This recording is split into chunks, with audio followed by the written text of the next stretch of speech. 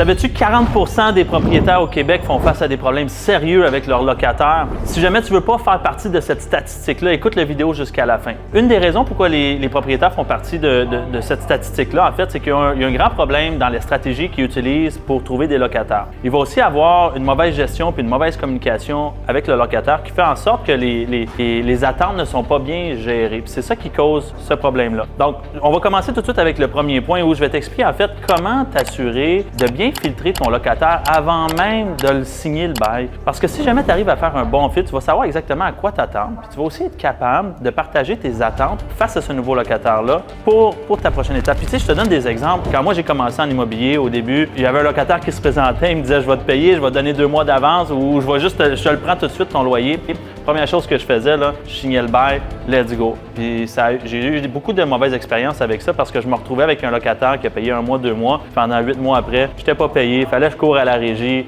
Le temps d'avoir les réponses de la régie, ça prend des mois et des mois. Puis finalement, j'étais dans les pertes avec mes investissements. Donc, si jamais tu ne veux pas que ça t'arrive, en fait, la première étape, c'est vraiment de faire un screening du locataire. Pose-toi la question. Premièrement, est-ce que je me vois être en communication et en collaboration avec cette personne-là? Est-ce que c'est une personne qui m'inspire confiance? À un moment donné, il faut que tu utilises un peu ton gut feeling. Donc, quand on fait la visite initiale, j'aime bien être présent lors de la visite pour évaluer le locataire. Est-ce que physiquement, semble prendre soin de lui? Est-ce que, tu sais, je dis pas beau ou pas beau, je parle prendre soin de lui, des vêtements qui font du sens, qui se présente bien, première des choses. Deuxième des choses, est-ce que son histoire tient debout? Si on est au mois de novembre et qu'il cherche un logement, je veux savoir pourquoi tu cherches actuellement. On a passé la grande saison. Qu'est-ce qui s'est passé? Je veux comprendre l'histoire et la raison pour laquelle on cherche un logement actuellement. Puis pour ce faire, il faut que je pose des questions. Donc, je vais lui poser énormément de questions. C'est quand ton dernier logement?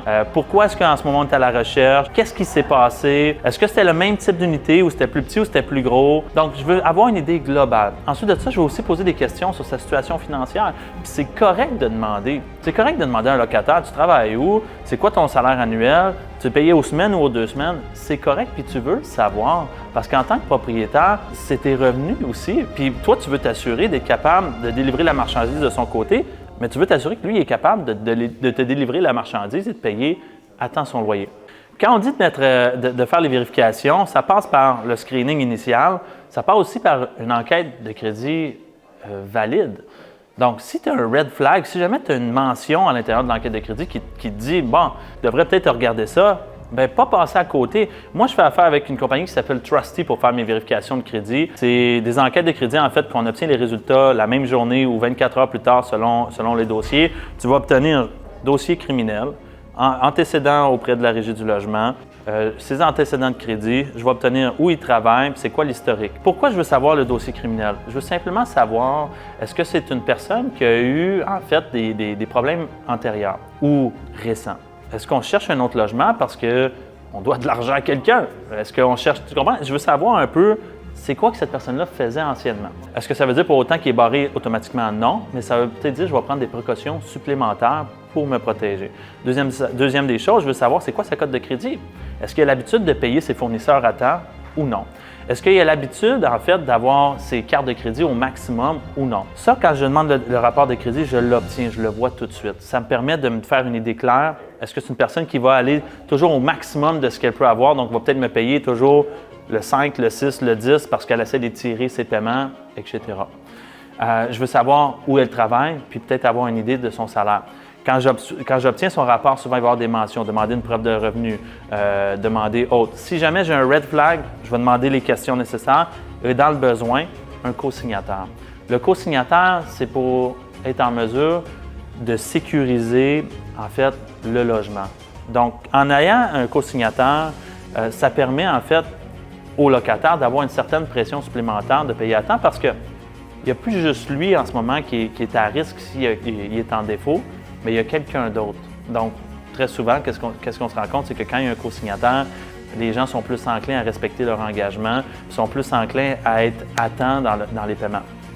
Ensuite de ça, quand vient le temps de finaliser les vérifications avant de signer le bail, il va avoir le volet de la feuille des règlements. Tu sais, quand on parle de mettre en place les attentes de chacune des parties, c'est de poser au locataire les questions, de savoir qu'est-ce que tu t'attends de moi en tant que propriétaire? Qu'est-ce que tu t'attends du logement auquel je te sers? Puis à partir de là, de dire, bien, voici qu'est-ce que moi je m'attends de toi en tant que locataire. Puis dans la feuille des règlements, d'établir clairement quelles sont mes attentes envers toi qui est locataire. D'accord? Une fois que la feuille de règlement ont été lues, compris, expliquées, on va aller avec la signature du bail.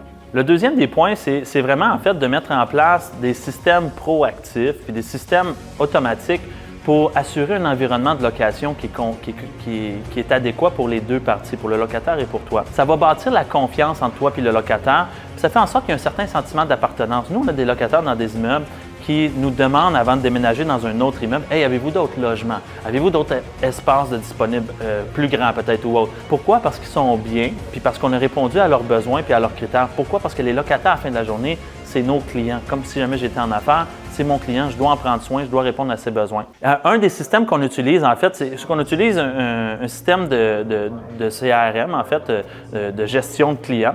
Puis à l'intérieur, on va vraiment dresser toutes les attentes des clients, le numéro de téléphone, courriel, etc. Puis on s'assure d'avoir une personne qui peut répondre aux besoins et aux attentes rapidement. Je te donne un exemple. Cette semaine, on a eu un dégât d'eau, en fait, dans un des immeubles. À 1 h du matin, on a reçu un appel, une toilette, un tuyau de toilette qui a brisé dans un de nos 15 logements, qui a inondé 2 étages complets.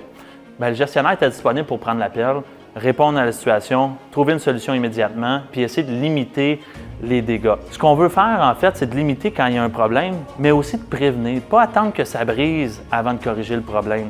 D'être proactif, puis de trouver une approche, une façon, une checklist. À chaque année, je vais voir mes immeubles, je regarde le toit, plomberie, fondation, je vais regarder les logements de mes locataires, qu'est-ce qui devrait être à prévoir, puis de prendre l'initiative, puis de le faire à l'avance. Ça va te sauver énormément de problèmes. Qu'est-ce qui fait en sorte souvent qu'un propriétaire a de la misère avec ses locataires? C'est que le locataire a l'impression ou sent que le propriétaire ne fait rien dans son logement ou rien pour lui ou rien sur la bâtisse. Donc, développe un certain ressentiment, puis à partir de là, il se dit, bien, pourquoi je te paierais à temps? Tu ne fais rien, nous, ici. Pourquoi je ferais ça? De toute façon, tu ne fais rien pour moi. C'est ça qu'on veut venir limiter en donnant un service à notre locataire. C'est vraiment de mettre des systèmes en place de gestion qui peuvent avoir réponse quand ils font un téléphone, qui peuvent avoir un certain service de réparation quand il y a des travaux mineurs qui doivent être faits, qui soient corrigés rapidement, de ne pas attendre 6 semaines avant de réparer une toilette, mais plutôt, il y a un problème, c'est un problème, on la répare tout de suite, on corrige le problème immédiatement. C'est ça, donner un service à tes locataires. Ça va enlever énormément de maux de tête pour toi, pour le locataire aussi, puis faire un environnement de location qui est juste agréable. La troisième des choses qu'on veut faire, c'est vraiment de s'assurer d'avoir des baux bien rédigés, pas rédigés rapidement sur le coin d'une table, pas un bail, en fait, que j'ai fait un copy-paste d'un autre locataire puis je fais juste le faire signer de cette façon-là. Vous devez comprendre en tant que propriétaire chacune des clauses dans le bail et les maîtriser. Vous devez être en mesure de pouvoir les expliquer au locataire pour que lui, ça soit clair dans sa tête qu'est-ce qu'il en est. Donc, quand on parle de le comprendre par cœur, on va parler qu'est-ce qui est inclus, qu'est-ce qui est exclu du loyer.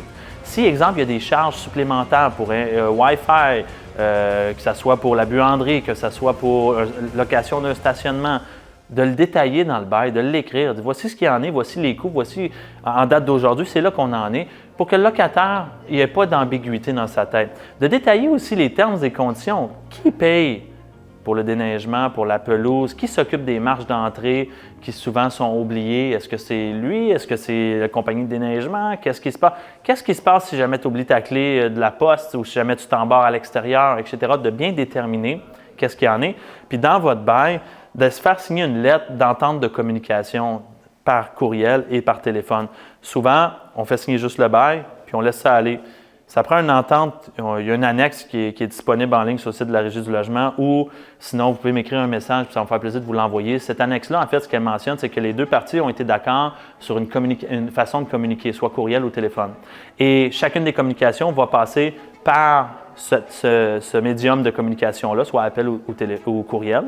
Et les deux parties sont d'accord et c'est valide s'il y a quoi que ce soit à la Régie du logement. Donc, d'avoir un accord sur OK, on va communiquer comment? Courriel ou appel? Là? Texto, appel ou courriel? De cette façon-là, ça devient un médium de référence. Toi, le locataire, vous le savez, si jamais on doit se communiquer, c'est texto, mettons, bien, on communique juste par texto. Donc, de vraiment établir ce volet-là, de le mettre à l'intérieur du bail puis d'avoir des ententes de bail fixées. Si tu suis ces 3 conseils-là que je te donne aujourd'hui, tu ne te retrouveras pas dans le 40 % des statistiques qui ont des problèmes. Tu vas plutôt être parmi les propriétaires qui ont un grand sourire, qui sont heureux, qui sont contents, puis tes locataires, la même chose. Tu vas faire partie, en fait, des propriétaires à succès. Parce que la vérité, comme je te dis, c'est que si jamais tu donnes le service à tes locataires, c'est tes clients. Tu vas avoir moins de problèmes quand vient le temps des augmentations, moins de problèmes, ton taux d'inoccupation va toujours être bon, ça va toujours être bas, fait que ça va toujours être plein, puis tu vas avoir une liste d'attente pour tes immeubles. On a des immeubles, nous, qu'on a des listes d'attente pour les 2 prochaines années. Donc, c'est vraiment ça l'objectif. Tu veux créer un environnement de location qui est pertinent pour les 2 parties.